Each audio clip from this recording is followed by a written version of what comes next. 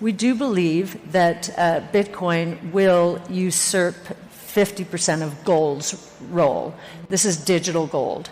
So that's roughly a $5 trillion opportunity right there. So the smallest one is remittances. We think that it will take most of the remittance market. The remittance market is a $600 billion market.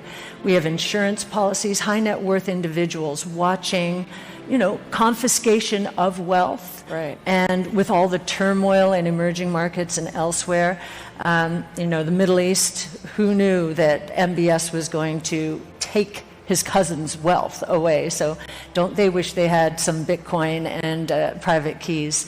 So also companies allocating some of their cash or diversifying some of their cash into Bitcoin. We've seen Tesla do that, Coinbase, Square, of course, MicroStrategy, right. And you're going to see some countries putting Bitcoin into their treasury. Right. We assume only 1%. So if you look at the building blocks, and then finally institutional, how much will institutional investors account for this? Well, we assume that institutional investors will put 2.5% of their allocation to Bitcoin. Right. And that isn't even as big as the global digital gold opportunity. The last year has been murderous for innovation stocks. And it's because of fears of inflation and interest rates rising much higher.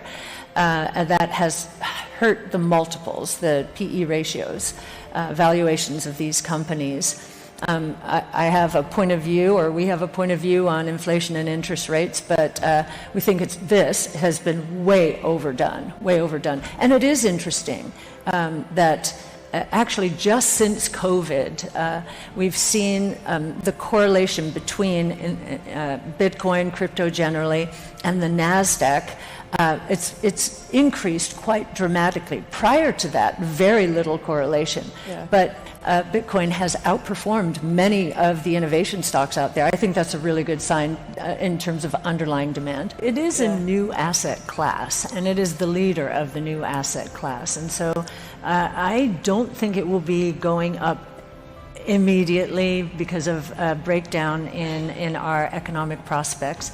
And I also think that all of the technology, I'm going to take the other side of this bet, I think the technology revolution, and it's not just blockchain technology, it's genomic sequencing, robotics, energy storage, artificial intelligence, all of them are highly deflationary, and all of them will be very destructive to the traditional world order, but they will present massive opportunities for growth.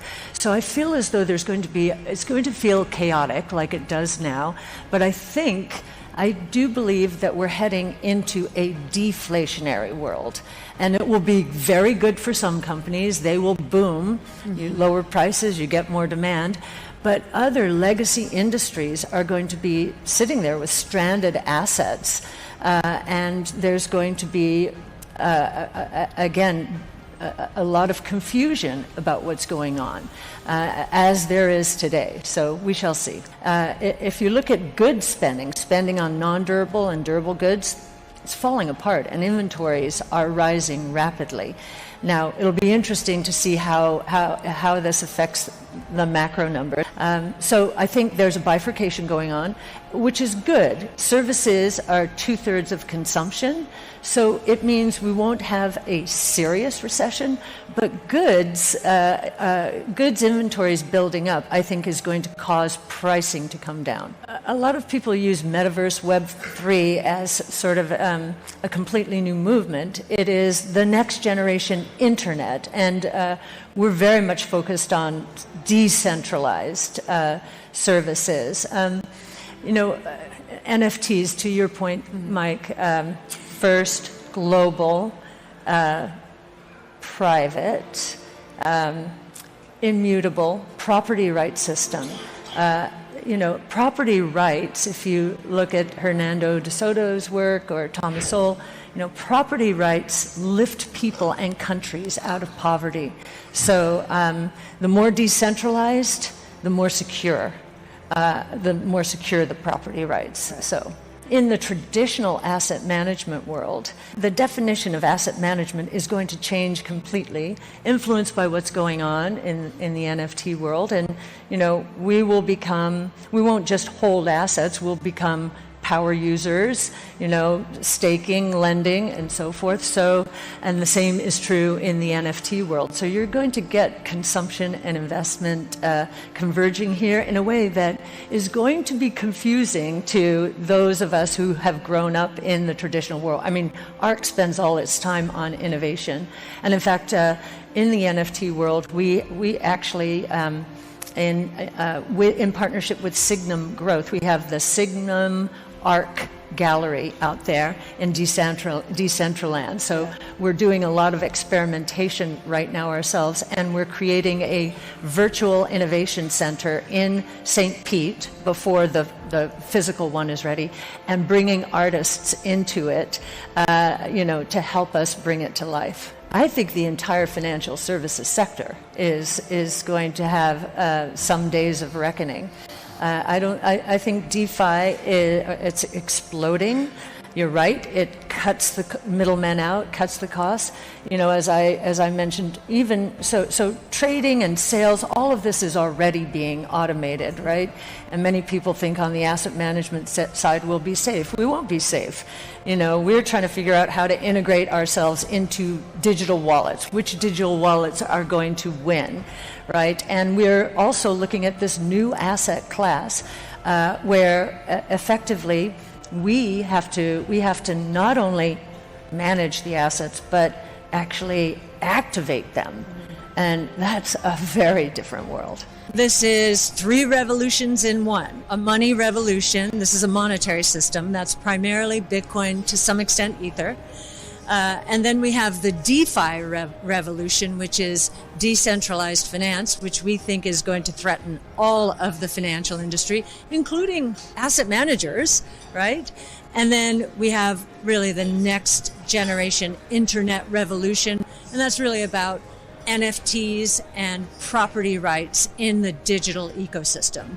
A lot of companies are embracing, especially in the fintech world. For example, Block, which used to be Square, Cash App is doing all kinds of things to enable consumers, users, to own and transact in Bitcoin or save.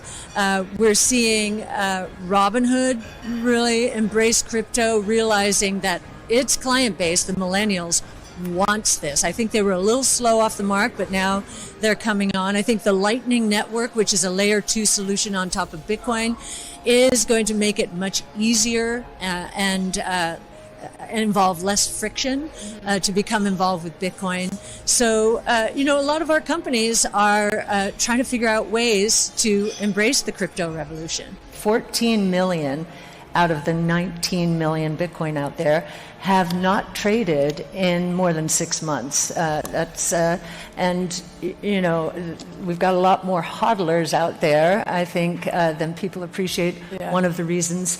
I've said this before, but I think it's so important. Bitcoin, yes, the populist movement, but it is also a new monetary system. It is the first global, big idea, private, meaning not oversight by a government, digital, rules-based monetary system.